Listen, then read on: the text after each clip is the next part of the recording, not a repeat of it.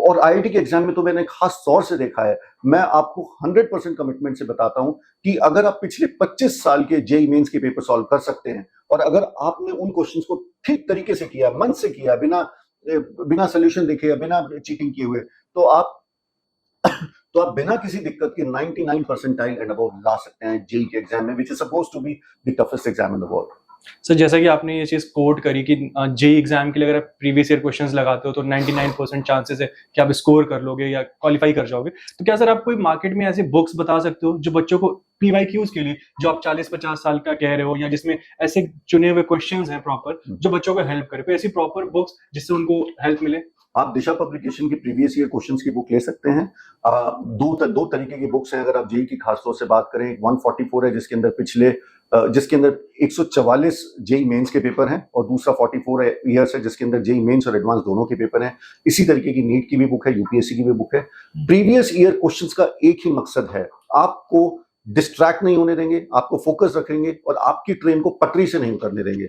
क्योंकि जो क्वेश्चन जिस तरीके के क्वेश्चन पिछले 10-15 सालों में पूछे गए हैं, उसी तरीके का क्वेश्चन आपसे पूछा जा सकता है। और ये मैं बार बार इसलिए कह रहा हूं क्योंकि मैंने बहुत बार देखा है, बहुत सारे कोचिंग इंस्टीट्यूट्स बच्चों को एक्सेप्शनली डिफिकल्ट क्वेश्चन देती हैं जस्ट टू इंप्रेस कि भाई आपको कुछ नहीं आता, या इस तरीके के भी क्वेश्चन हो सकते हैं। हमारा मकसद फिजिक्स, केमिस्ट्री, मैथ्स, बायोलॉजी में पीएचडी करना नहीं है। हमारा मकसद है बैलेंस कॉम्पिटेंस एक्वायर करना, ताकि हम अपने स्कोर को मैक्सिमाइज कर सकें। उसके लिए फोकस अप्रोच बहुत जरूरी है, और फोकस अप्रोच का एक डायरेक्ट, बिना किसी कंफ्यूजन के अगर आप आंसर पूछें तो मैं कहूंगा पिछले 25-30 सालों के प्रीवियस ईयर क्वेश्चन कीजिए, वो सफिशिएंट है। सभी क्वेश्चंस केयरफुली सिलेक्टेड हैं और सभी क्वेश्चन बढ़िया हैं। सर जैसे कि हमने देखा कि आपका टॉपर्स के साथ through out the year, like 20 में, 19 में, कई सालों से आप टॉपर्स के साथ इंटरेक्ट करते हैं, इंटरव्यूज करते हैं, तो क्या आपको लगता है क्या वो अलग चीजें करें या जो उनको टॉपर बनाती है, या जो 5 साल पहले का जो टॉपर है और जो 2022 का रीसेंट टॉपर है, उनमें कोई आपको डिफरेंस लगता है कि उनकी स्ट्रेटेजी में कोई डिफरेंस आया, या फिर एक जो मूल मंत्र है वो तो सबके साथ वही है? उनका क्या सर पॉइंट आपका? मैंने बहुत सारे टॉपर्स के साथ इन डिटेल, इन डेप्थ बात की है, जानने की कोशिश की कि ऐसा क्या है जो टॉपर को टॉपर बनाता है। क्योंकि हर बार मैं ये सोचता था कि कुछ तो ऐसा है जो टॉपर्स को पता है, बाकी स्टूडेंट्स को नहीं पता है, कुछ तो ऐसा है जो टॉपर्स बाकी स्टूडेंट से अलग कर रहे हैं। बट उस कुछ को जानने के लिए जब मैंने बहुत इन डेप्थ बातें की, उनके नोट्स को देखा, उनके टीचर से मिला, उनके पेरेंट्स से मिला, उनके कोचिंग इंस्टीट्यूट में जाके देखा, उनके स्कोर्स को देखा, तो बात बिल्कुल सही है। सफलता का रास्ता बिल्कुल सिंपल है।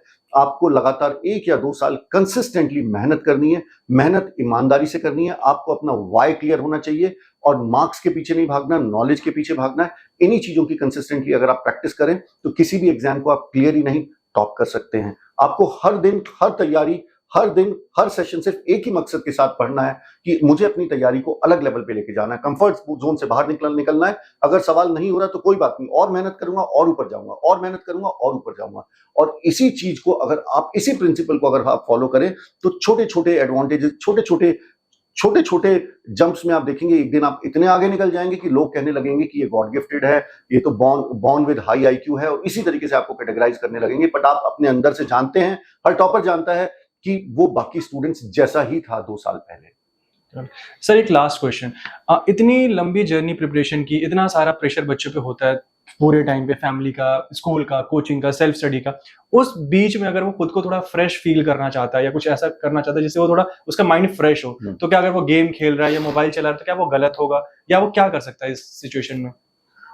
देखिए, रेस्ट और रिक्रिएशन किसी भी तैयारी का एक बहुत इंपॉर्टेंट हिस्सा है।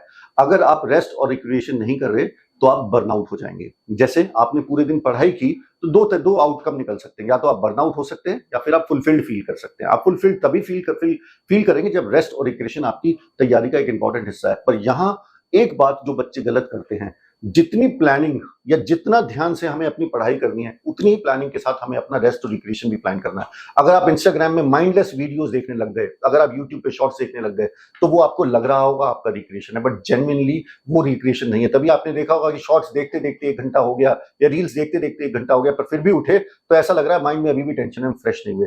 तो आइडेंटिफाई कीजिए कौन सी वो एक्टिविटीज हैं जो आपको सही में प्लेजर देती हैं, सही में खुशी देती हैं। वॉक कीजिए, म्यूजिक सुनिए, डांस कीजिए, गार्डनिंग कीजिए, मेडिटेशन कीजिए, दोस्त से खुल के बात कीजिए। ये सब चीजें बहुत इंपॉर्टेंट है और ये आपकी तैयारी को एक अलग पावर देंगी, आपकी तैयारी को और ऊपर लेवल पे लेके जाएंगी। इनफैक्ट मैं तो कहूंगा जितना जरूरी पढ़ना है उतना ही जरूरी ये सब चीजें करना है, और ये सब चीजें वो फाउंडेशन देती हैं कि आपकी पढ़ाई का सेशन अच्छा हो।